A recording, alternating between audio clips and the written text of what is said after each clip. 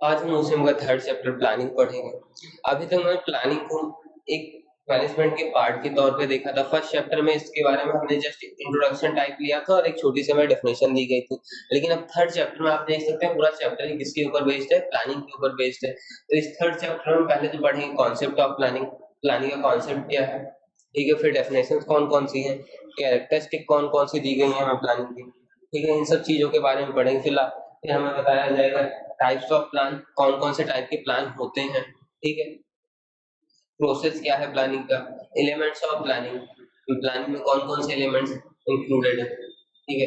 फिर चलिए हम आगे बढ़ते हैं। हमें सबसे पहले दिया गया है इंट्रोडक्शन। कोई भी हम बिजनेस एक्टिविटी शुरू इसलिए करते हैं ताकि हम उससे कोई भी प्रॉफिट अर्न कर सकें, ठीक है। तो अगर हमें किसी भी बिजनेस एक्टिविटी से प्रॉफिट अर्न करना है, हमें उसके लिए सबसे पहले प्लान करना होगा कि हम क्या क्या प्रोड्यूस करेंगे, किसकी हेल्प से प्रोड्यूस करेंगे, ठीक है। और डिपार्टमेंट कौन संभालेगा, who will do what type of work, how, when, कब करना है हमें, और कौन से एक्सटेंट पे करना है। ये सारी चीजें हमें पहले प्लान करनी पड़ती है।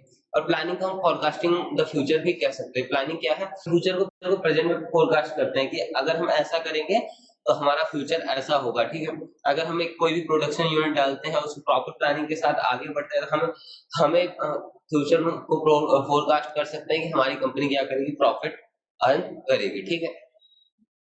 अब प्लानिंग एक यूनिवर्सल प्रोसेस है, ठीक। आप कहीं भी देख सकते हैं, जैसे बैटल फील्ड में प्लानिंग होती है, प्लेग्राउंड में अलग अलग टेक्निक्स बनाते हैं। जो भी प्लेयर्स होते हैं वो प्लान करते हैं कि आप यहाँ खड़े रहोगे, आप यहाँ से जैसे क्रिकेट का एग्जांपल लेते हैं, तो क्रिकेट जब भी क्रिकेट शुरू होता है तो आप मान लीजिए एक ग्राउंड दिया गया है, हमें क्रिकेट ग्राउंड दिया गया है, पहले अरेंज कर लेते हैं इसको। जैसे कि हमें मान लीजिए क्रिकेट ग्राउंड दिया गया है, ठीक है। अब इसमें यहाँ पे बैट्समैन बैटिंग कर रहा है, तो जो फील्डर्स जो जो बॉलिंग टीम होती है वो अपने फील्डर्स को अरेंज करती है कि एक पहले तो यहाँ पे एक कीपर होगा। फिर वो पहले से प्लान करते हैं कि आप यहाँ खड़े हैं, कौन सा प्लेयर यहाँ खड़ा होगा, कौन सा प्लेयर यहाँ, कौन सा यहाँ पे, या कौन सा यहाँ पे होगा। ये सब पहले से प्लान कर लेते हैं। जो बैटिंग फील्डिंग टीम होती है, जो बॉलिंग टीम होती है, वो पहले से प्लान कर लेती है कौन सा प्लेयर कहाँ खड़े रखता है। और सेम उसी तरह क्या जो हमारी बैटिंग टीम होती है वो भी पहले से प्लान कर लेती है कि सबसे पहले कौन उतरेगा, ठीक है। पहली बैटिंग किसकी होगी, दूसरी बैटिंग दूसरे नंबर पे कौन उतरेगा, तीसरे नंबर पे कौन उतरेगा। तो ये सारी चीजें पहले से ही प्लान कर ली जाती है, इसीलिए कहा जाता है planning is N universal process, ठीक है। अब देखते हैं प्लानिंग के कॉन्सेप्ट के बारे में। Planning is to collect information for the activities to be undertaken in the business, consider them in advance, plan out to do these activities, ठीक। अब कॉन्सेप्ट हमें सिंपल सा बताया गया है कि प्लानिंग क्या है। Planning is collect information. Planning में हम क्या करते हैं, पहले से क्या करते हैं, इंफॉर्मेशन कलेक्ट करते हैं, ठीक है। प्लानिंग पहले से क्या करते हैं, इंफॉर्मेशन कलेक्ट करते हैं किसके रिलेटेड, जो भी हम बिजनेस एक्टिविटीज करने वाले हैं उसके रिलेटेड पहले इंफॉर्मेशन कलेक्ट करते हैं, ठीक है। फिर एक प्रॉपर एडवांस में प्लान बनाते हैं कि ये सारी एक्टिविटीज हम कैसे कैरिड आउट करेंगे, कैसे ये सारी एक्टिविटीज परफॉर्म करेंगे, ठीक। इसी को क्या कहा जाता है, प्लानिंग कहा जाता है। फिर हमें चलिए डेफिनेशन दी गई, क्या दी गई है देखते हैं। पहली डेफिनेशन है बिल गॉस की, task of planning is choosing, ठीक है। जो प्लानिंग का टास्क है वो क्या है, चूज करना है कि हमें क्या चीजें कैसे करनी है, ये सब इसको क्या कहा जा सकता है, task of planning is choosing, ठीक है। फिर हमें नेक्स्ट डेफिनेशन दी गई है जॉर्ज आर टेरी जी के, functions of planning means assumption for result, policy to follow the function, stages and to decide the method to be follow, ठीक है। अब फंक्शंस ऑफ प्लानिंग, इन्होंने क्या दिया, पहले फंक्शंस ऑफ प्लानिंग को डिस्क्राइब किया अपने डेफिनेशन में। पहले दिया गया assumption फॉर द रिजल्ट, जो भी हम रिजल्ट सोच रहे हैं कि अगर हम ऐसा करेंगे तो हमारा फ्यूचर में ऐसा हो सकता है, तो उसके लिए पहले तो एजम्पशंस बनाते हैं। फिर पॉलिसी बनाते हैं, पॉलिसी फॉलो करते हैं, पहले पॉलिसी बनाते हैं, फिर उसी पॉलिसी को फॉलो करते हैं कि हम ऐसा मतलब स्टेप बाय स्टेप ऐसा ऐसा काम करेंगे जिससे हमें फ्यूचर में ये आउटकम मिलेगा, ठीक है। Stages to decide the method, फिर कभी कभी ऐसा होता है बिजनेस में कि कौन से मेथड से बिजनेस किया जा रहा था, कौन सा मतलब बहुत सारे ऐसे स्टेज में मेथड डिसाइड करना पड़ता है कि कौन सा मेथड हमें फॉलो करना है, ठीक है।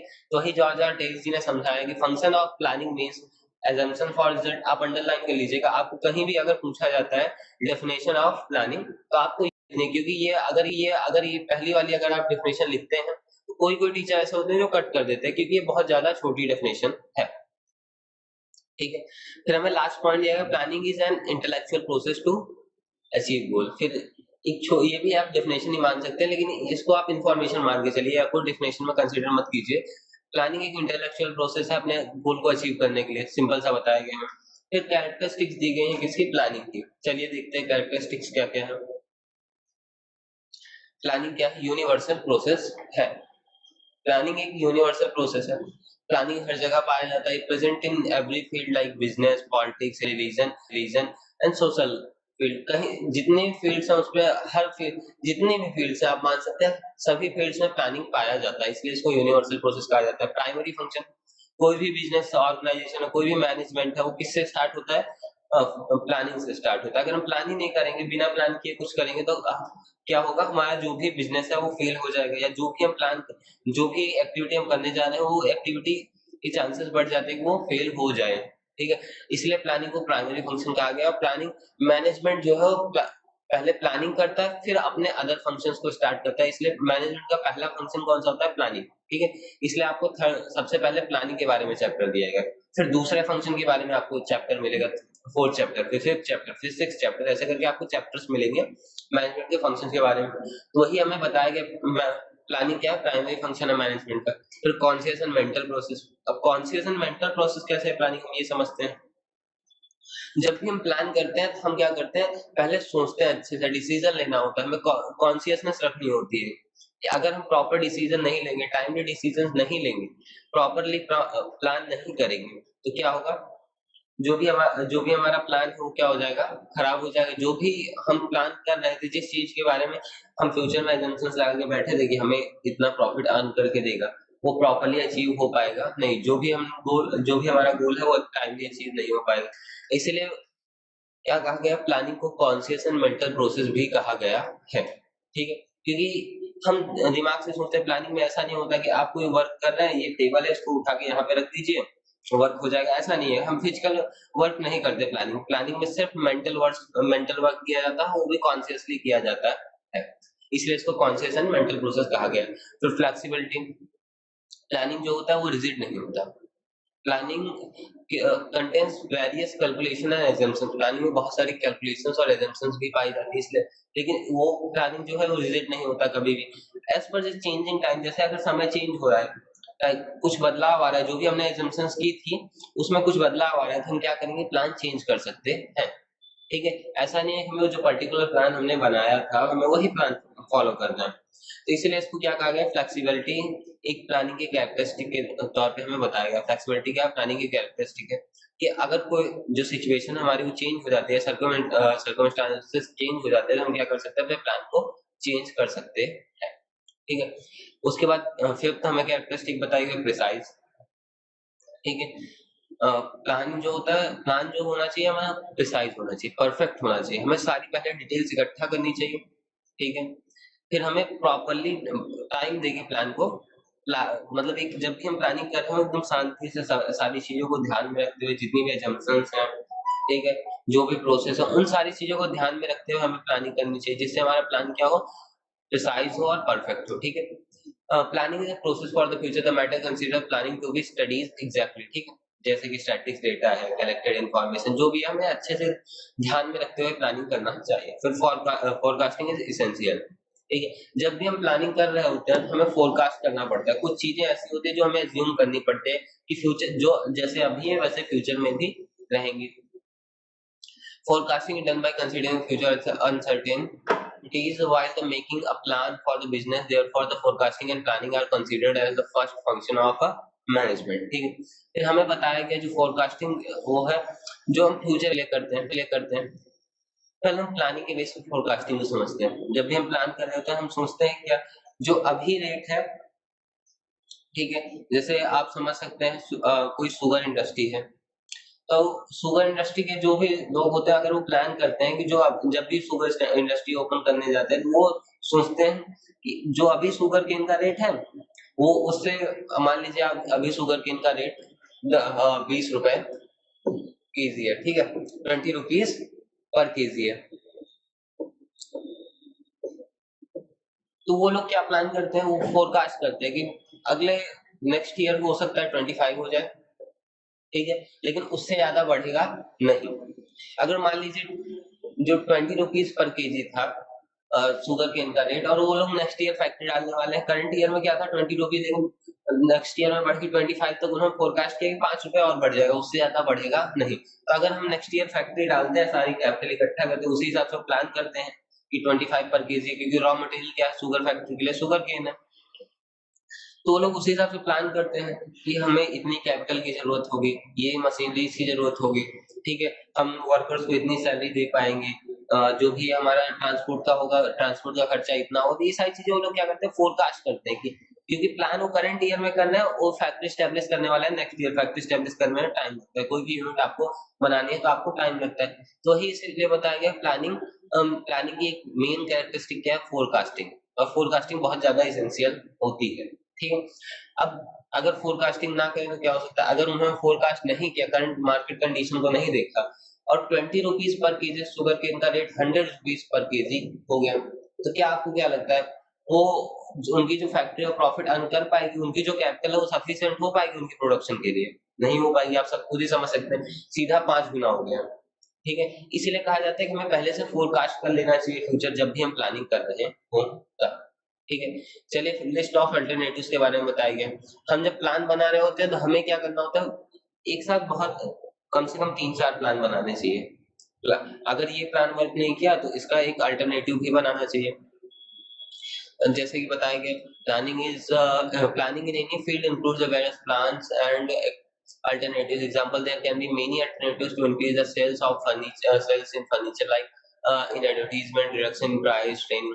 अब हमें एग्जांपल दिया गया है, यहाँ प्लानिंग में हमें अल्टरनेटिव्स भी बनाने चाहिए, ठीक है। अब जैसे हम क्या कर रहे हैं, इसमें बताया गया फर्नीचर जो हमारी सेल्स है उसको फ्यूचर में बढ़ाने के लिए, सॉरी ये फ्यूचर था, मैंने फर्नीचर रीड कर दिया था। तो जब हमारी सेल्स है उसको हम फ्यूचर में इंक्रीज करने के लिए हमारे पास बहुत सारे हम प्लान बनाते हैं कि हम नेक्स्ट ईयर अपनी सेल्स को कैसे इंक्रीज कर सकते हैं। तो उसके लिए हमारे पास क्या होता है, अल्टरनेटिव होते हैं बहुत सारे। हम एडवर्टीजमेंट के थ्रू क्या कर सकते हैं, अपनी सेल्स को इंक्रीज कर सकते हैं, ठीक है। प्राइस रिड्यूस करके अपनी सेल्स को बढ़ा सकते हैं, ठीक है। और सेल्समैन को ट्रेनिंग देके और अट्रैक्टिव ऑफर्स देके भी अपनी सेल्स को इंक्रीज कर सकते हैं। तो आप देख सकते हैं एडवर्टीजमेंट क्या हो गया, पहला प्लान हो गया, रिडक्शन इन प्राइस दूसरा प्लान हो गया, ठीक है। उसके बाद ट्रेनिंग, जो सेल्समैन क्या हो गया हमारा, तीसरा प्लान हो गया, ठीक है। ये सारी चीजें क्या हो गई लिस्ट ऑफ अल्टरनेटिव्स हो गई। मतलब हमें एक साथ 3-4 प्लान बनाने चाहिए, मिनिमम 3 या 4 प्लान बनाने चाहिए, जिससे क्या होगा, पहला प्लान हमारा फेल होता है तो हम दूसरे प्लान को क्या कर सके, अडॉप्ट कर सके। कंसर्न विद फ्यूचर, हम जब भी प्लानिंग करते हैं, प्लानिंग टोटली किससे कंसर्न होती है, किससे जुड़ी हुई होती है, फ्यूचर से जुड़ी हुई होती है। प्लानिंग फ्यूचर रिलेटेड ही एक्टिविटी है, ठीक है। तो इसीलिए हमें जो फोरकास्टिंग करनी चाहिए, जो भी एजम्पशंस हैं वो सारी एजम्पशंस एकदम एक्यूरेट करनी चाहिए। In short, planning related with the future because evaluating future at present accordingly making the arrangement of for same. हम क्या करते हैं प्लानिंग में, फ्यूचर रिलेटेड अरेंजमेंट्स करते हैं। पहले से हम प्लान करते हैं कि हमें ये चीज चाहिए होगी हमारे बिजनेस को एस्टैब्लिश करने के लिए, और इन इन चीजों की हेल्प से हम क्या कर सकते हैं, बिजनेस को एस्टैब्लिश कर सकते हैं। हम पहले प्रेजेंट में फ्यूचर को प्लान करते हैं, इसलिए कहा गया concern with future, continuous process.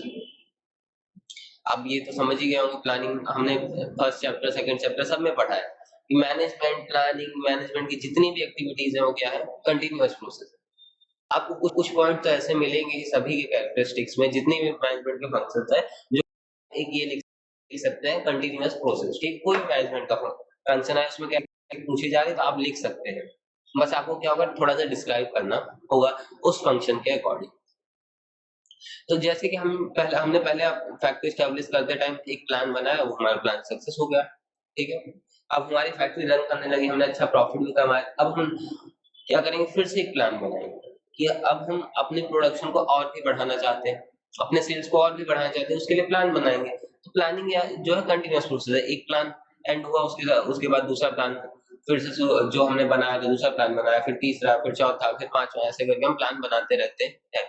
Objective oriented activity, planning क्या है, एक ऑब्जेक्टिव ओरिएंटेड एक्टिविटी है। हम जो भी हमारा बिजनेस का ऑब्जेक्टिव है, जो भी गोल है, उसको अचीव करने के लिए प्लान बनाते हैं, इसलिए क्या है, ऑब्जेक्टिव ओरिएंटेड एक्टिविटी है। रिक्वायर्ड डिसीजन प्रोसेस, अब जब भी हम प्लानिंग करते हैं, प्लानिंग में कुछ ऐसे सिचुएशन भी आते हैं जिनमें हमें डिसीजन प्रोसेस को डिसीजन पे बहुत ज्यादा ध्यान देना पड़ता है, हमें टाइमली डिसीजन लेना पड़ता है। अगर हम टाइमली डिसीजन नहीं लेते तो हमारा प्लानिंग फेल भी हो सकता है, ठीक है।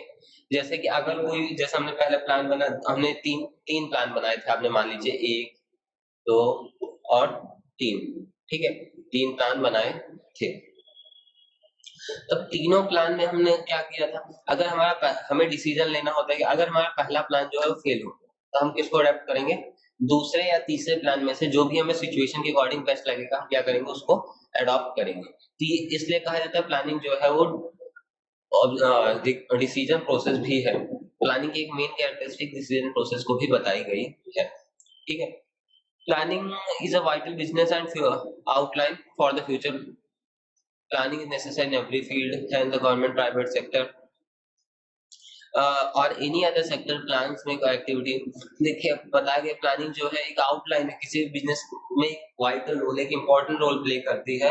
और सभी बिजनेस का आउटलाइन किससे वर्क करता है, फ्यूचर प्लानिंग की हेल्प से वर्क करता है। फ्यूचर के लिए हम एक आउटलाइन प्रिपेयर करते हैं, इसको हम प्लानिंग कह सकते हैं, ठीक है। अगर आपको प्लानिंग के बारे में डेफिनेशन पूछेगा, आप बहुत सारी लिख सकते हैं, खुद से भी बना के लिख सकते हैं, लेकिन आपको एक एग्जैक्ट डेफिनेशन किसी भी मैनेजमेंट गुरु की ट्राई करनी है, लिखनी है और उसके बाद उसी को आप एक्सप्लेन कर सकते हैं, ठीक है।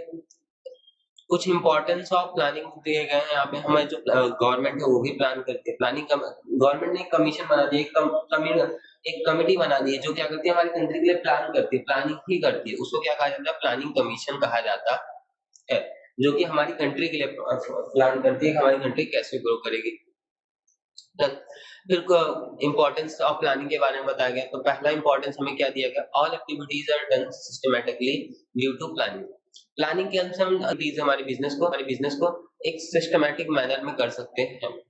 जो भी हमारे रिसोर्सेस हैं उनका वेस्टेज कम हो सकता है, या वेस्टेज अवॉइड ही किया जा सकता है, वेस्ट ही ना हो अगर प्लानिंग करके चलेंगे। अगर हम, जैसे हमारा प्रोडक्शन 20 यूनिट्स का है, तो हमने जो रॉ मटेरियल लिया है वो आप मान लीजिए हमने रॉ मटेरियल 21 यूनिट्स का लिया, क्योंकि ऑलवेज हम रॉ मटेरियल 1-2 यूनिट ज्यादा परचेस करते हैं। कहीं अगर जो रॉ मटेरियल है, कोई रॉ मटेरियल पर्टिकुलर यूनिट जो अगर डिफेक्टेड पाया गया, तो इसलिए हम क्या करते हैं, रॉ मटेरियल हमेशा 1-2 यूनिट ज्यादा ही परचेस करते हैं। तो इससे क्या हो सकता है, अगर 21 परचेस किया है तो क्या जो 20 हमारी प्रोडक्ट, जो हमारा प्रोडक्शन 20 का प्रॉपर्ली हो पा रहा है, ठीक है, और जो ये एक यूनिट प्रॉपर बच रहा है उसको हम क्या कर सकते हैं, नेक्स्ट प्रोडक्शन यूनिट में यूज कर सकते हैं। तो क्या होगा, वेस्टेज जो होगा अवॉइड हो सकता है। फिर हमें थर्ड पॉइंट दिया गया, प्लानिंग रिड्यूस फ्यूचर अनसर्टेनिटीज। अब फ्यूचर हमारा अनसर्टेन होता है, हम समझ सकते हैं फ्यूचर में कभी भी कुछ भी हो सकता है। तो अगर हम प्लानिंग के बेस पे चलते हैं, हम पहले से फ्यूचर को प्लान करके चलते हैं, तो फ्यूचर में जो भी अनसर्टेनिटीज आने वाली है, जो भी हमें दिक्कतें आने वाली हैं, वो क्या हो सकती है, कम हो सकती है। हम ये नहीं कह सकते वो अनसर्टेनिटीज एकदम से ही गायब हो जाएंगी या नहीं होंगी, लेकिन जो भी अनसर्टेनिटीज है वो कम हो जाएंगी, रिड्यूस हो जाएंगी, आप ये कह सकते हैं। फिर हमें फोर्थ पॉइंट दिया गया है, fourth importance, planning leads to precision. ठीक है, जो प्लानिंग होता है एक प्रिसाइजनेस की ओर ले जाता है, हमें हमें ये कंफर्मेशन मिल जाती है कि हमारा जो बिजनेस है प्रॉपर्ली परफॉर्म करेगा, ठीक है। चलिए आगे बढ़ते हैं। फिर फिफ्थ पॉइंट क्या है, useful for the accomplishment of objective. जो हमारा बिजनेस ऑब्जेक्टिव है हम उसको प्लानिंग के अनुसार क्या कर सकते हैं, अकम्प्लिश कर सकते हैं, उसको फुलफिल कर सकते हैं। अगर हम प्रॉपर प्लानिंग करके चलते हैं तो हमारा जो भी बिजनेस ऑब्जेक्टिव होगा हम उसको प्रॉपर क्या कर पाएंगे, फुलफिल कर पाएंगे।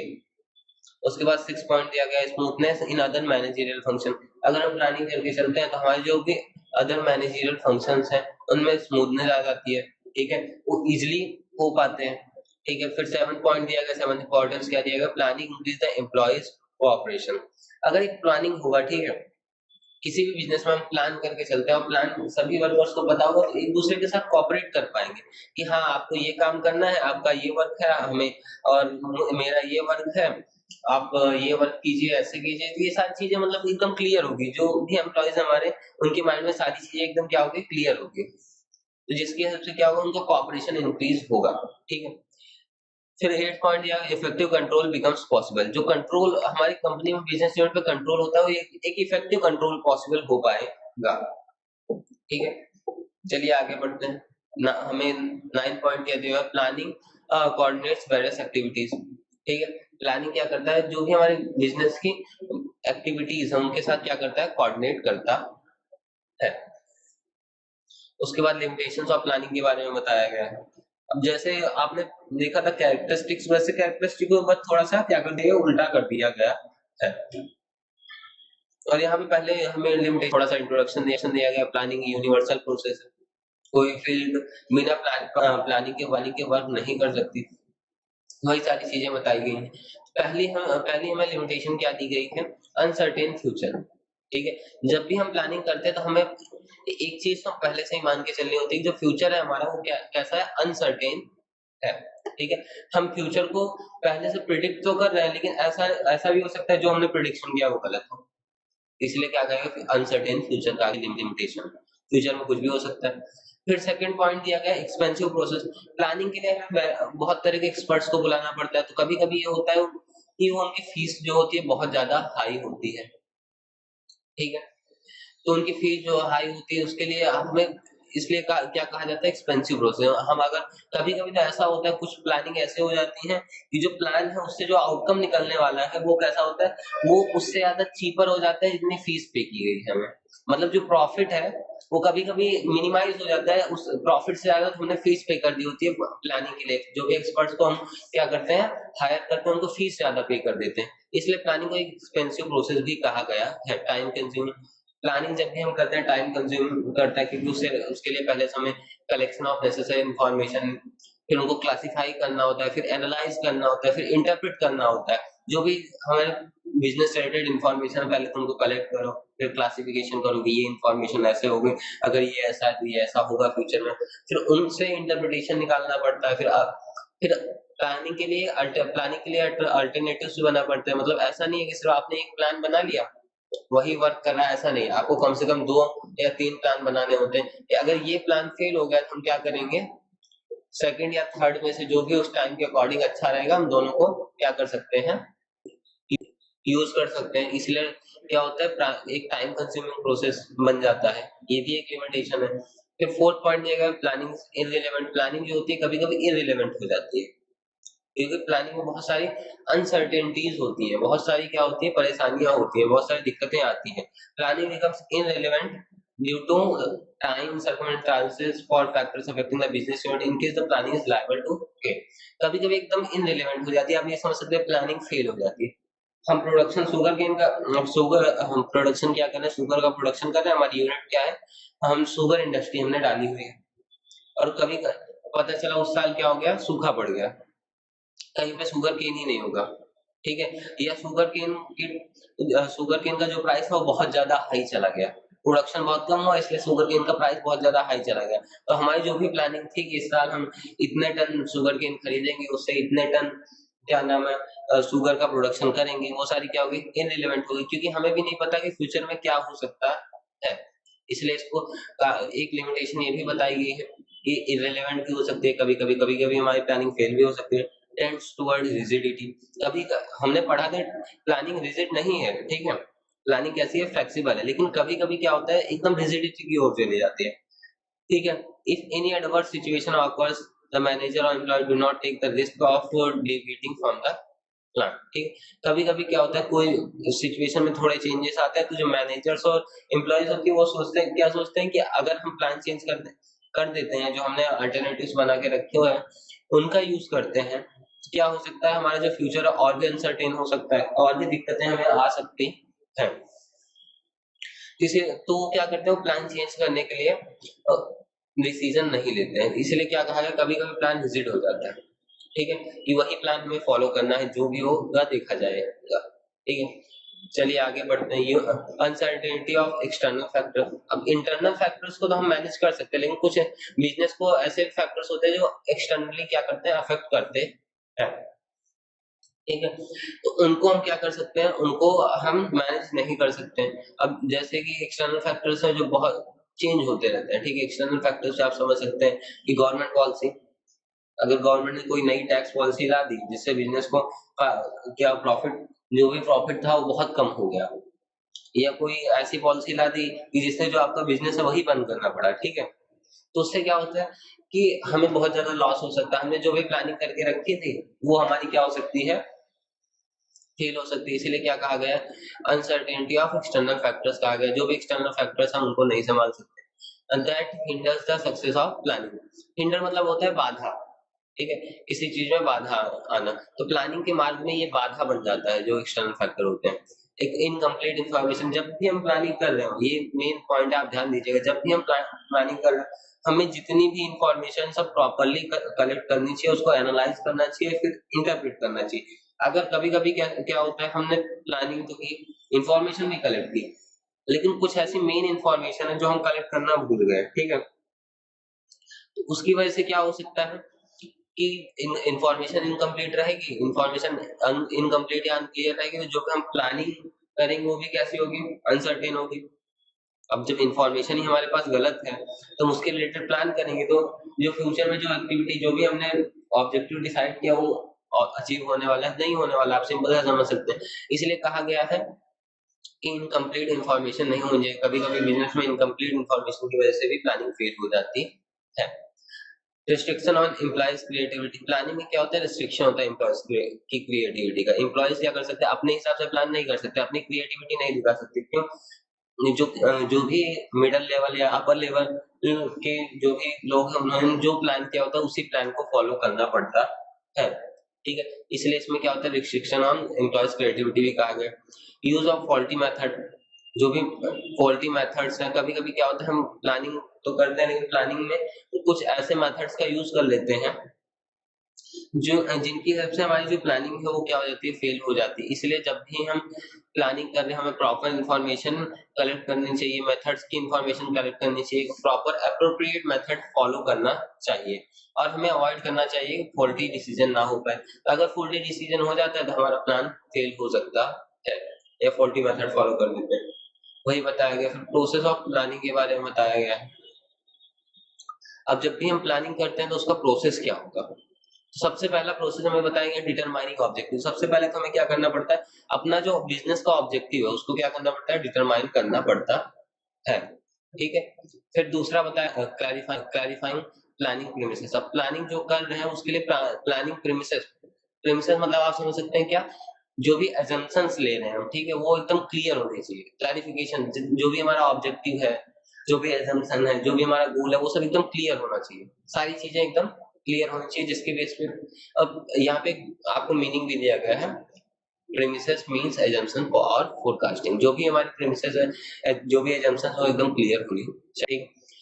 Collection and analysis of information, जब हमारी प्रीमिसेस क्लियर हो जाएंगी, जो हमारे एजम्पशंस है वो क्लियर हो जाएंगे, तो हम उन्हीं एजम्पशंस के बेस पे क्या करेंगे, इंफॉर्मेशन कलेक्ट करेंगे। उस फिर जो भी इंफॉर्मेशन हमारे बिजनेस रिलेटेड होगी उसको अच्छे से एनालाइज करेंगे, फिर उसको इंटरप्रेट करेंगे, ठीक है, जिसका रिजल्ट हम फ्यूचर में देख पाएंगे, ठीक है। फिर उसके बाद फोर्थ पॉइंट क्या मिला है हमें, प्रिपरेशन ऑफ अल्टरनेटिव प्लान। पहले हमने क्या किया, सबसे पहले ऑब्जेक्टिव डिटरमाइन किया, फिर प्लानिंग प्रिंसेस को क्लैरिफाई कर लिया, जो भी एजम्पशंस है उसको क्लैरिफाई कर लिया, फिर हमने इंफॉर्मेशन कलेक्ट की, इंफॉर्मेशन कलेक्ट करने के बाद हमने प्लान बनाया, preparation of alternative plan.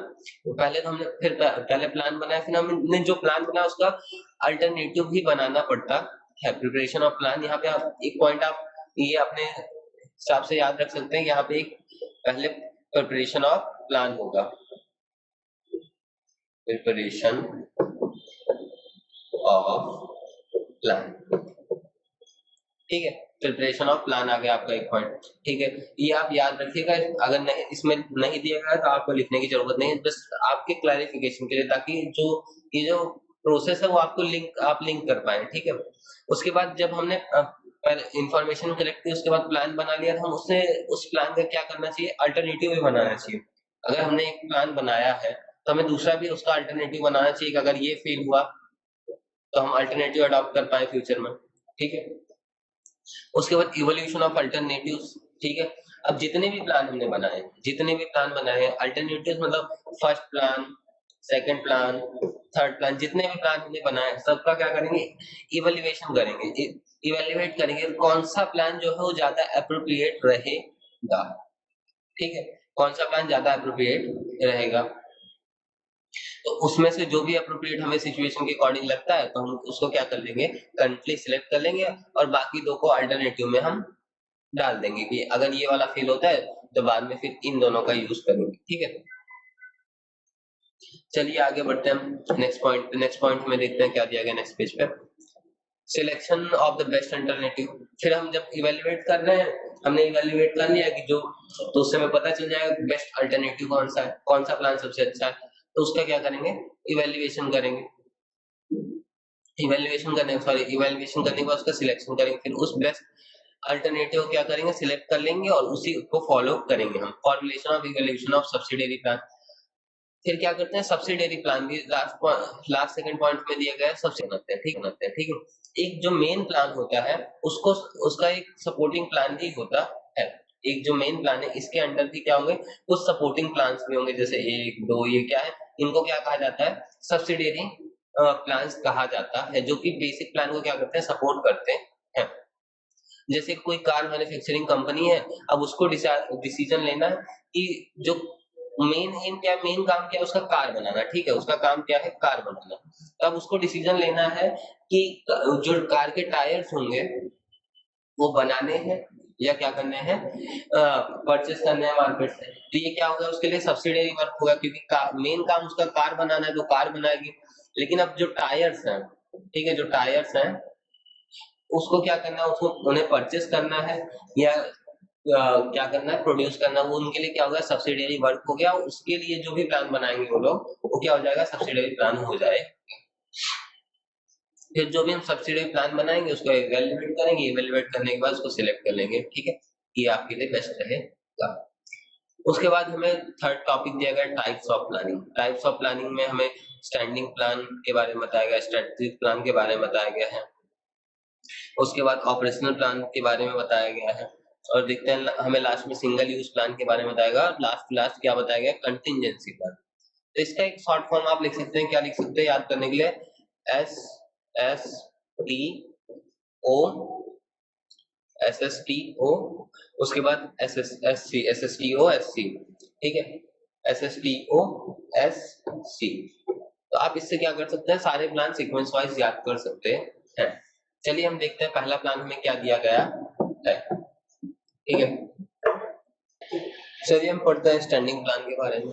Standing plan वो होता है, जैसे हमारे सिचुएशन, बहुत सारी ऐसे सिचुएशंस होती हैं कि रिपीटेटिव कंटिन्यूअसली आती ही रहती है। जैसे कि रॉ मटेरियल खत्म हो गया, रॉ मटेरियल हम क्या करेंगे, एक्सपोर्ट करते रहेंगे, तो बार बार उसके लिए तो प्लान नहीं बना सकते कि जो भी हमारी कंपनी का रॉ मटेरियल है उसको हमने एक बार प्लान बना दिया कि वो रॉ मटेरियल हम पर्टिकुलर एबीसी कंपनी से क्या करेंगे, परचेस करेंगे कंटिन्यूअसली रेगुलरली, ठीक है। तो उसने प्लान बना दिया और एबीसी कंपनी के साथ कॉन्ट्रैक्ट बना लिया, ठीक है, कि फ्यूचर में हमें नेक्स्ट 10 इयर्स तक क्या करेगी, एबीसी कंपनी क्या करेगी, सप्लाई करेगी रॉ मटेरियल, ठीक है। तो ऐसे प्लान्स को क्या कहा जाता है, स्टैंडिंग प्लान कहा जाता है, जो कि बार बार जिनके रिलेटेड डिसीजंस नहीं लेने पड़ते हैं। ऐसे प्लान जिनको बार बार नहीं बनाया जा सकता, या ऐसे प्लान्स जो कि हमेशा एक बार बना देने में बार बार काम आते हैं, उनको क्या कहा जाता है, स्टैंडिंग प्लान कहा जाता है, ठीक है। चलिए इसमें आपको थोड़े कुछ इंपॉर्टेंट पॉइंट्स देख लेते हैं हम, ठीक है। जैसे कि यहाँ पे डेफिनेशन दी है, when there is a repetition of organizational activity and standard policy are decided from time से known as standing plan। अब इसमें डेफिनेशन में आपको बताया गया, जब जो when there is a repetition of organizational activity जो भी उसमें बार बार क्या हो रही है, रिपीट हो रही है, तो उसके लिए एक स्टैंडर्ड पॉलिसी, एक प्रॉपर प्लान बना के रख देते हैं, जिसको क्या कहते हैं, स्टैंडिंग प्लान कहते हैं। वही प्लान बार बार यूज हुआ करता है। Policy, method, rules decided for the long period of time planning process. और ऐसे प्लान में जो पॉलिसी, मेथड और रूल्स है वो एक बार डिसाइड हो जाता है और लॉन्ग पीरियड ऑफ टाइम तक सेम पॉलिसी को फॉलो किया जाता है। It helps to subordinate to make the proper decision regarding the related matters। Example, procedure of delivery of goods, इसमें एग्जांपल दिया गया है। पॉलिसी, ठीक है, hand on permanent basis, it will help the employees to take proper decision. जो employees होते हैं वो इजीली डिसीजन ले सकते हैं कि ये जो रॉ मटेरियल, जैसे मैंने आपको रॉ मटेरियल का एग्जांपल दिया था कि रॉ मटेरियल खत्म होगा तो कंपनी में कॉल कर देंगे, जो भी एम्प्लॉइज होंगे, जो भी मैनेजर होगा हमारी कंपनी का, कॉल कर देगा कि आप मटेरियल भेज दीजिए। ये क्रेडिट पॉलिसी, जैसे 30 डेज की क्रेडिट पॉलिसी होती है कि आप 30 डेज तक क्या कर सकते हैं, क्रेडिट पे गुड्स ले सकते हैं, लेकिन आपको जो पेमेंट होगा वो आपको 30 डेज में रीपे करना, कंपनी को पे करना होगा। ठीक है, तो वो सब क्या होती है, क्रेडिट पॉलिसी, ये सब डिसाइडेड होती है पहले से कंपनी की पॉलिसी, उसी को क्या कहा जाता है, स्टैंडिंग प्लान कहा जाता है। फिर आता है हमारा स्ट्रेटेजिक प्लान। ये क्या होता है देखते हैं। Business unit decide the objective according their philosophy. It is to be decided through the philosophy of the business. It will function through the out the life. It is known as the business objective. अब strategic plan क्या होता है, simple से हम समझ सकते हैं, जो भी हमारा बिजनेस होता है हम उसको एक प्रॉपर गोल अचीव अपने एक ऑब्जेक्टिव के साथ स्टार्ट करते हैं। ठीक है, प्रॉपर ऑब्जेक्टिव के साथ स्टार्ट करते हैं। तो एक जब ऑब्जेक्टिव बना लेते हैं, जैसे शुगर कंपनी का हमने सब स्टार्टिंग से एग्जांपल किसका लेते हैं, शुगर कंपनी का, शुगर इंडस्ट्री है हमारी। तो हमने पहले जब जब भी हमने शुगर इंडस्ट्री हमारी शुरू की, तब हमने क्या किया था, एक स्ट्रेटेजिक प्लान बना लिया था, बेसिक प्लान बना लिया था, जो कि जब तक हमारी कंपनी चलेगी तब तक क्या करेंगे, हम फॉलो करेंगे। जैसे कि शुगर केन क्या करना है, जो भी फार्मर्स होंगे उनसे परचेस करना है, ठीक है, फिर कंपनी में ट्रांसपोर्ट की हेल्प से लाना है, फिर वहां पे शुगर बनेगी, शुगर बनने के बाद फिर पैकिंग होगी, फिर सप्लाई होगी। ये क्या हमारा स्ट्रेटेजिक प्लान हो सकता है। एक long out of the out the life, it is known as the business objective. ये बिजनेस जो प्लान स्ट्रेटेजिक प्लान होता है हमारा बिजनेस ऑब्जेक्टिव की तरह ही होता है। फॉर द अकम्प्लिशमेंट ऑफ जो लॉन्ग टर्म और short term strategies are decided. और फिर उस जो हमारी बिजनेस ऑब्जेक्टिव है उसको अचीव करने के लिए लॉन्ग टर्म, जैसे कि हम शुगर इंडस्ट्री का एग्जांपल लिया था, तो हम ये सब कुछ चीजें होती है उसमें जो लॉन्ग टर्म तक डिसाइड कर सकते हैं। एक बार प्लान बना दिया कि रॉ मटेरियल यहाँ से परचेस करना है, एसेट इस ट्रांसपोर्ट की हेल्प से हम क्या करेंगे, फैक्ट्री तक लाएंगे, फिर वहां पे शुगर प्रोड्यूस करेंगे, पैकिंग करेंगे और सेल करेंगे। तो ये क्या होगा, हमारा स्ट्रेटेजिक प्लान हो गया हमारे लिए। ठीक है, तब हम क्या करते हैं, स्ट्रेटेजिक प्लान कभी कभी लॉन्ग टर्म के लिए भी बनाते हैं, कभी कभी शॉर्ट टर्म के लिए भी क्या करते हैं, प्रिपेयर करते हैं। ठीक है, जब भी हम स्ट्रेटेजिक प्लान लॉन्ग टर्म के लिए जैसे शॉर्ट टर्म का एग्जांपल लेते हैं, शॉर्ट टर्म में कौन सा स्ट्रेटेजिक प्लान वर्क कर सकता है, जैसे एडवर्टीजमेंट। ठीक है, अब मान लीजिए पहले के टाइम, आज से 40-50 साल पहले टीवी पे एडवर्टीजमेंट बहुत कम दिया जाता था। ठीक है, बहुत कम लोगों के पास टीवी होती थी, तो पहले पहले लोग ज्यादा न्यूज़पेपर पढ़ा करते थे, तो जो भी एडवर्टीजमेंट होता था ज्यादातर न्यूज़पेपर में प्रेफरेबल होता था, न्यूज़पेपर में दिया जाता था, मैगजीन्स पे दिया जाता था, रेडियो में सुनाया जाता था, लेकिन टीवी पे ज्यादा नहीं दिया जाता था। बहुत कम कंपनी ऐसी थी जो टीवी प्रीफर करती थी, क्योंकि ज्यादातर लोग क्या पढ़ते हैं, उस टाइम पढ़ते थे न्यूज़पेपर। लेकिन अब आज के टाइम को आप देख लीजिए, आज के टाइम को कंपेयर कर लीजिए, अब क्या करते हैं लोग, सोशल मीडिया पे क्या करते हैं, एडवर्टीजमेंट देते हैं, टीवी पे एडवर्टीजमेंट देते हैं। ठीक है, ऐसे करके जो आप समझ सकते हैं, जो स्ट्रेटेजिक प्लान था वो एडवर्टीजमेंट का, जो स्ट्रेटेजिक प्लान था वो शॉर्ट टर्म के लिए, कुछ शॉर्ट टर्म के लिए चला, उसके बाद फिर दूसरा प्लान बनाना पड़ा हमें। ठीक है, चलिए आगे बढ़ते हैं। ये आप समझ सकते हैं पैकेजिंग। पहले पहले पैकेजिंग क्या होती थी, पहले अलग टाइप से पैकेजिंग होती थी, अलग टाइप की पॉलिथीन में पैक किया जाता था कुछ टाइम तक, फिर थोड़े समय के बाद गवर्नमेंट ने बैन लगा दिया कि आप पर्टिकुलर पॉलिथीन का यूज नहीं कर सकते। ठीक है, कुछ माइक्रोन का उन्होंने सिस्टम लगा दी, जो आप पॉलिथीन यूज कर रहे हैं वो रिसाइकल करने लायक होनी चाहिए।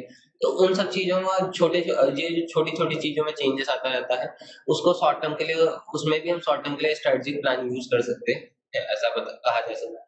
Practical plan for the accomplishment of business और short term plans are prepared by the middle level of management is known as practical plan.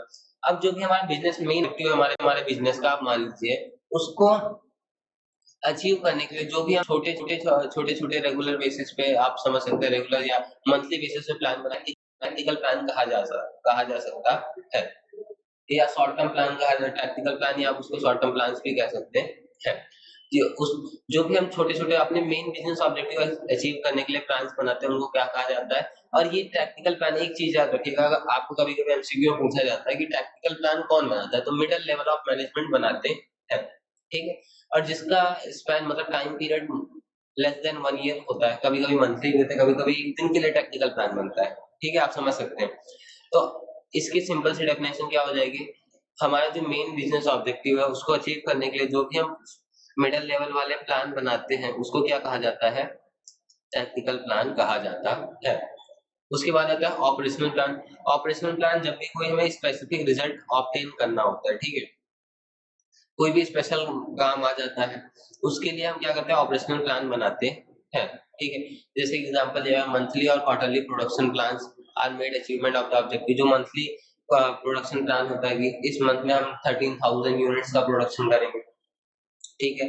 तो प्लान बना कि हम इस मंथ में कितना 13,000 यूनिट का प्रोडक्शन करेंगे। तो उस प्रोडक्शन के रिलेटेड जो भी प्लान बनाया हमने, पहले हमारा प्रोडक्शन 20,000 यूनिट्स का था, हमने सोचा कि इस महीने हम कितना करेंगे, 30,000 यूनिट्स प्रोड्यूस करेंगे। तो इस 10,000 यूनिट को के प्रोडक्शन को इंक्रीज करने के लिए जो भी प्लान बनाया वो क्या हो गया, हमारे लिए ऑपरेशनल प्लान हो गया। ठीक है, चलिए आगे बढ़ते हैं। फिर हमारा आता है next plan, single use plan. बहुत सारे ऐसे प्लान्स होते हैं जो एक बार यूज करने के लिए बनाए जाते हैं, उनको सिंगल यूज प्लान कहा जाता है। वो ऑपरेशन, ये भी आप समझ सकते हैं ऑपरेशनल एक्टिविटी प्लान्स की तरह ही होते हैं, लेकिन इसमें थोड़ा डिफरेंस होता है। ये जो प्लान्स होते हैं वो एक ही बार यूज किए जाते हैं। ठीक है, एक ही बार यूज हो सकते हैं क्योंकि ये कुछ पर्टिकुलर सिचुएशन के लिए बनाए जाते हैं, स्पेशल एक्टिविटीज को परफॉर्म करने के लिए बनाए जाते हैं, जो कि सिचुएशन जो है वो जनरली ज्यादा रिपीट नहीं होती है। जैसे कोई सिर्फ मैन्युफैक्चरिंग कंपनी है तो एक ही बार सिर्फ बनाएगी। ठीक है, सॉरी, सिर्फ मैन्युफैक्चरिंग कंपनी बोल रहा हूँ। जैसे कि सिर्फ बनाना,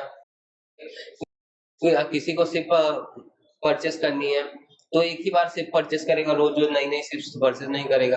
कंस्ट्रक्शन ऑफ हाउस ऐसा कहा जाता है, जिंदगी में लोग एक ही बार अपना घर अच्छे से बनाते हैं, रोज रोज घर तो बनाने बैठते नहीं कि आज चलो आज ये घर का ये रूम अच्छा नहीं लग रहा, हमारे घर में ये रूम इस साइड नहीं इस साइड होना चाहिए, तोड़ो इसको इस साइड बनाओ, ऐसा तो नहीं करते। तो वही सब क्या होते हैं, सिंगल यूज प्लान होते हैं। पैकेजिंग, ठीक है, प्रिंटिंग, और आप समझ सकते हैं जैसे फैक्ट्री फैक्ट्री बनाना, कहीं पे हमें फैक्ट्री स्टैब्लिश करनी है तो हम फैक्ट्री बना रहे हैं, कंस्ट्रक्ट कर रहे हैं, तो क्या होगा, सिंगल यूज प्लान होगा उसको बनाने के लिए, क्योंकि फैक्ट्री में एक ही बार बनाएंगे, रोज रोज तो बनाने चाहेंगे, तो क्या हो गया, सिंगल यूज प्लान हो गया। फिर आता है कंटिजेंसी प्लान। कंटिजेंसी मतलब इन द सेंस आप समझ ही गए होंगे कि जब भी हमारे बिजनेस में कोई भी प्रॉब्लम क्रिएट होती है, कोई भी मुश्किल आती है, तो उसके लिए हम एक प्लान बनाते हैं, इसको क्या कहा जाता है, कंटिजेंसी प्लान कहा जाता है। जो कि आप समझ सकते हैं कंटिजेंसी कोई भी दुर्घटना के समय यूज होता है, जैसे political, economical, social changes, natural factor, बाढ़ आ गई, तो ये क्या होगा, हमारी कंटिजेंसी, फ्लड आ गई हमारी कंपनी के पास, तो उसके लिए जो प्लान प्रिपेयर करते हैं कि अगर ऐसा हुआ तो हम कौन सा किसके बेस पे काम करेंगे, तो क्या होगा, कंटिजेंसी प्लान हो गया। जो कि हम ऑड सिचुएशंस के लिए प्रिपेयर करते हैं, उसको क्या कहा, ऐसे प्लान जिनको हम ऑड सिचुएशन के लिए प्रिपेयर करते हैं उनको क्या कहा जाता है, कंटिजेंसी प्लान कहा जाता है।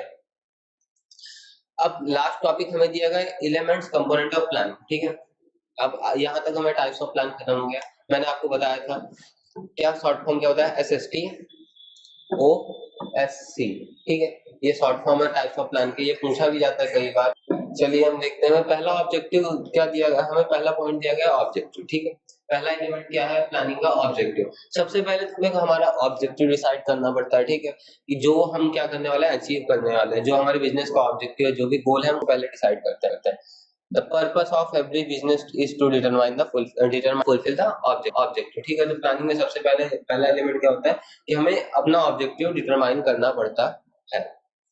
उसके बाद दूसरा एलिमेंट क्या होता है, दूसरा और मेन एलिमेंट स्ट्रेटजी। जो हमने ऑब्जेक्टिव डिसाइड किया उसको अकम्प्लिश करने के लिए हमें बहुत सारी स्ट्रेटजीज बनानी पड़ती है। इसलिए पहले तो हमें स्ट्रेटजी की डेफिनेशन दी गई, contrivance used for the accomplishment of pre-decided objective planning is known as strategy। ठीक है, अब जो भी कॉन्ट्रीवेंस यूज होते हैं हमारे प्लानिंग और प्री डिसाइडेड ऑब्जेक्टिव को अचीव करने के लिए, उसको क्या कहा जाता है, स्ट्रेटजी कहा जाता है।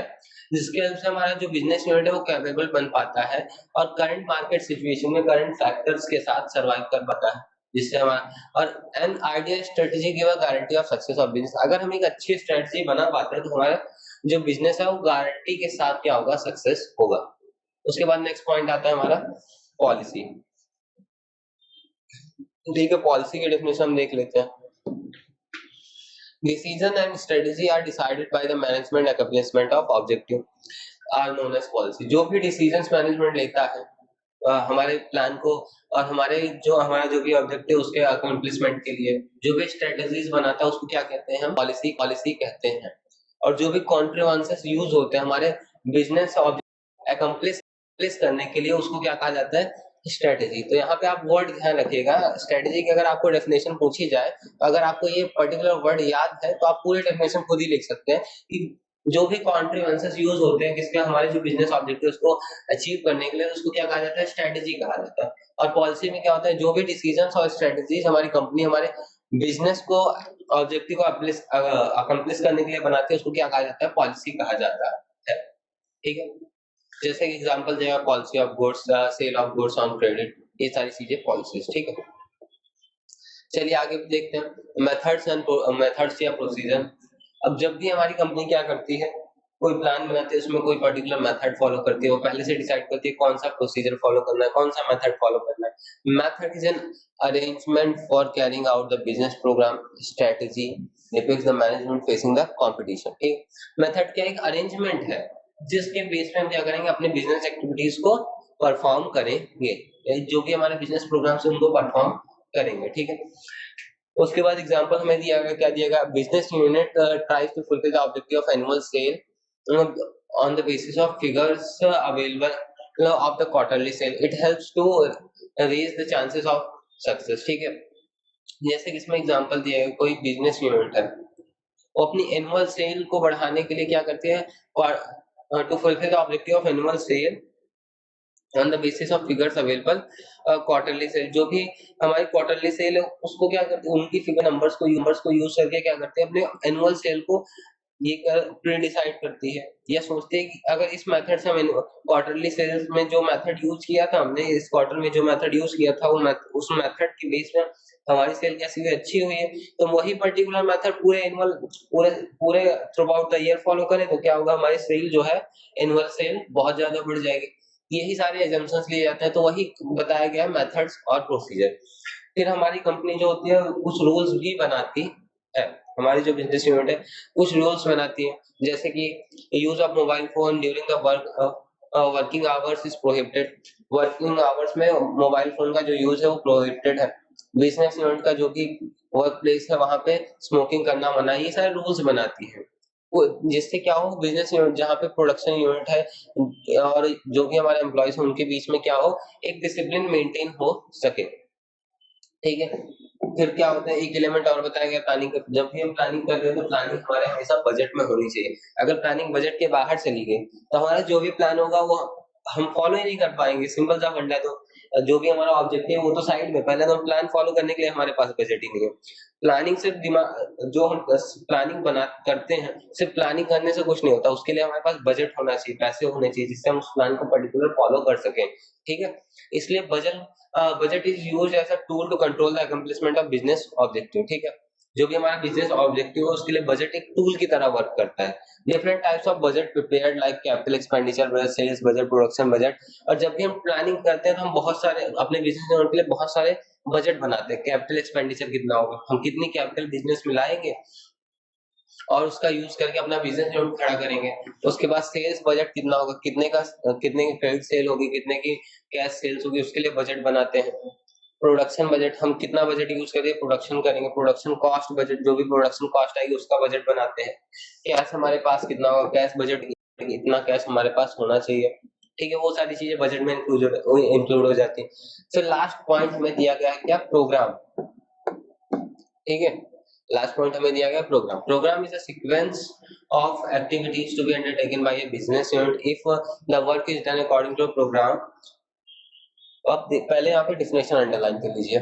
Programme is a sequence of activities to be undertaken by a business unit. ठीक है, प्रोग्राम क्या है, एक सीक्वेंस ऑफ एक्टिविटीज है, जो भी हम एक्टिविटीज, जैसे एक्टिविटी नंबर 1 2 3 4, ठीक है, एक्सेट्रा, जो भी हमारे पास एक्टिविटीज हैं हम उनको क्या एक सीक्वेंस में फॉलो करें। 1 के बाद हमें सेकंड एक्टिविटी ही फॉलो करनी है, और सेकंड के बाद हमें थर्ड एक्टिविटी ही फॉलो करनी है, थर्ड के बाद फोर्थ एक्टिविटी फॉलो करें। हम ऐसा नहीं कर सकते पहले फोर्थ एक्टिविटी फॉलो करें, ठीक है, उसके बाद फोर्थ के बाद फिर सीधा थर्ड फॉलो करें, फोर्थ के बाद फर्स्ट फॉलो करें, फिर फर्स्ट के बाद थर्ड फॉलो करें, ऐसे मिक्स करके नहीं फॉलो कर सकते। नहीं तो क्या होगा, जो भी हमारा बिजनेस है उसमें बहुत सारे कंफ्यूजन क्रिएट हो जाएंगे, प्रॉपर्ली वर्क नहीं हो पाएगा। अगर हम प्रोग्राम के हिसाब से क्या करते हैं, प्लान में हमने जो भी प्रोग्राम बनाया है उस प्रोग्राम के हिसाब से एक सीक्वेंस में सारी एक्टिविटीज को करते हैं, ये कंपलसरी हो जाता है, हमारे बिजनेस को सक्सेस की ओर बहुत तेजी से ले जाता है।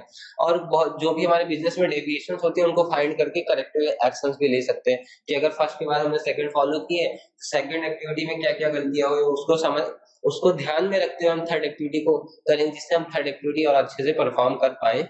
ये ठीक है। चलिए इस चैप्टर के इंपॉर्टेंट क्वेश्चन हम देख लेते हैं कौन कौन से इंपॉर्टेंट क्वेश्चन है 3 मार्कर और 5 मार्कर। चलिए, what is planning, explain the characteristics. ठीक है, ये सबसे इंपॉर्टेंट क्वेश्चन है। मान लीजिए ये बोर्ड में आया भी हुआ है कई बार। उसके बाद फिर टाइप्स ऑफ प्लान, ये भी बोर्ड में कई बार पूछा गया है। ठीक है, ये दोनों मोस्ट इंपॉर्टेंट हैं। ठीक है, और ये सारे कोई जो भी मैं आपको मोस्ट आईएमपी क्वेश्चन देता हूँ एग्जामिनेशन के जो पेपर होते हैं उनके बेस पे होता है कि बोर्ड की एग्जामिनेशन में बहुत ज्यादा बार पूछा गया है। ठीक है, उसके बाद explain the operational contingency plan. कभी कभी 3 मार्क में आपको ये भी पूछा जाता है जितने भी टाइप्स ऑफ प्लान है वो शॉर्ट में एक्सप्लेन कीजिए, जैसे यहाँ पे 5 मार्क में आप देख सकते हैं। ठीक है, सेम क्वेश्चन था तो आप इसको 5 मार्क में ही कंसीडर कीजिए। अगर 5 मार्क के हिसाब से लर्न करते हैं तो क्या होगा, 3 मार्क के लिए आपका ऑलरेडी प्रिपेयर हो जाएगा। इंपॉर्टेंस ऑफ प्लान, आपको कोई भी इंपॉर्टेंस लिखनी होती है, कोई भी 6 इंपॉर्टेंस आपको अगर 3 मार्क में पूछा जाता है तो डिस्क्राइब करनी है। लिमिटेशन पूछा जाता है। ठीक है, ये दोनों आपके क्या है इंपॉर्टेंट क्वेश्चंस हैं। चलिए, थैंक यू।